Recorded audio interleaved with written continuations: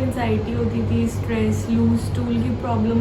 जैसे मेरे को कहीं पे जाना है तो पहले मेरे को लूज स्टूल आता था। ये आईबीएस एंजाइटी और मन से जुड़ा हुआ एक रोग है। जैसे आपको एंजाइटी होती है, स्ट्रेस होता है, तो क्या होता है, हाथों की स्पीड बढ़ जाती है, कम हो जाती है। अगर हाथों की स्पीड बढ़ जाएगी तो लूज स्टूल आने लगेंगे, बार बार स्टूल आने लगेंगे। और अगर हाथों की स्पीड कम हो जाएगी तो कॉन्स्टिपेशन जैसे इश्यूज आने लगते हैं। एंजाइटी होती है आपको, स्ट्रेस वगैरह होता है आपको। पूरे दिन में आप मोशन के लिए कितनी बार जाते हो? Only 1 or 2 times. अच्छा, 1 or 2 टाइम्स। आपको स्टूल लूज तो नहीं आते, अभी बंधे हुए आते हैं? आईबीएस जैसी बीमारी जिसका अक्सर लोग ये सोचते हैं कोई इलाज नहीं है, आयुर्वेद द्वारा उसका इलाज संभव है, पॉसिबल है। ये रोग सिर्फ पेट का नहीं, ये मन का है। तो पनीर जी, आपको पहले छींके बहुत आती थी सुबह सुबह, अभी छींके आती है? तो अभी कोई एलर्जी की गोली तो नहीं खा रहे हो आप? तो बिना एलर्जी की गोली की आपकी स्नीजिंग अभी बंद है। बेसिकली क्या है कि आईबीएस के पेशेंट को ठीक करने के बाद उनकी दवाई बंद भी हो सकती है। सबको लगता है कि आईबीएस जैसी प्रॉब्लम ठीक नहीं होती और सारी ज़िंदगी इससे जूझना पड़ता है और बहुत सारी समस्याएं सामने आती हैं। आज मैं आप सबको बताना चाहूँगा कि आईबीएस जैसी बीमारी जिसका अक्सर लोग ये सोचते हैं कोई इलाज नहीं है, आयुर्वेद द्वारा उसका इलाज संभव है, पॉसिबल है। आज हमारे साथ है परनीत कौर जी।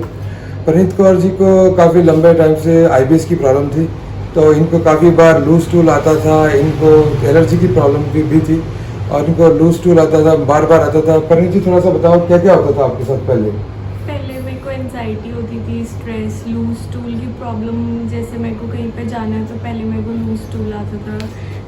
लेकिन आयुर्वेदिक की दवाई के बाद काफ़ी इफेक्ट पड़ा। बेसिकली आईबीएस एंजाइटी और मन से जुड़ा हुआ एक रोग है। जैसे आपको एंजाइटी होती है, स्ट्रेस होता है, तो क्या होता है, हाथों की स्पीड बढ़ जाती है, कम हो जाती है। अगर हाथों की स्पीड बढ़ जाएगी तो लूज स्टूल आने लगेंगे, बार बार स्टूल आने लगेंगे। और अगर हाथों की स्पीड कम हो जाएगी तो कॉन्स्टिपेशन जैसे इश्यूज आने लगते हैं। और ये रोग सिर्फ पेट का नहीं, ये मन का है। जैसे आपको पहले एंजाइटी होती थी, स्ट्रेस रहता था, अभी एंजाइटी होती है आपको, स्ट्रेस वगैरह होता है आपको। अभी इनको थोड़ा एलर्जी का भी इश्यू था। तो पनीर जी, आपको पहले छींके बहुत आती थी सुबह सुबह, अभी छींके आती है? तो अभी कोई एलर्जी की गोली तो नहीं खा रहे हो आप? तो बिना एलर्जी की गोली की आपकी स्नीजिंग अभी बंद है? अच्छा, पूरे दिन में आप मोशन के लिए कितनी बार जाते हो? Only 1 or 2 times. अच्छा, 1 or 2 टाइम्स। आपको स्टूल लूज तो नहीं आते, अभी बंधे हुए आते हैं? और अभी हम क्या कर, मैंने आपसे दवाई बंद करने के बारे में क्या बात की कि आने वाले फ्यूचर में 2 महीनों में आपकी दवाई मैं बंद कर दूंगा। तो बेसिकली क्या है कि आईबीएस के पेशेंट को ठीक करने के बाद उनकी दवाई बंद भी हो सकती है। आप लोगों को ये समझना है कि आईबीएस सिर्फ पेट का रोग नहीं है, ये मन का रोग है और मन से जुड़ा हुआ है। जैसे एंजाइटी, स्ट्रेस से ये रोग बढ़ता है।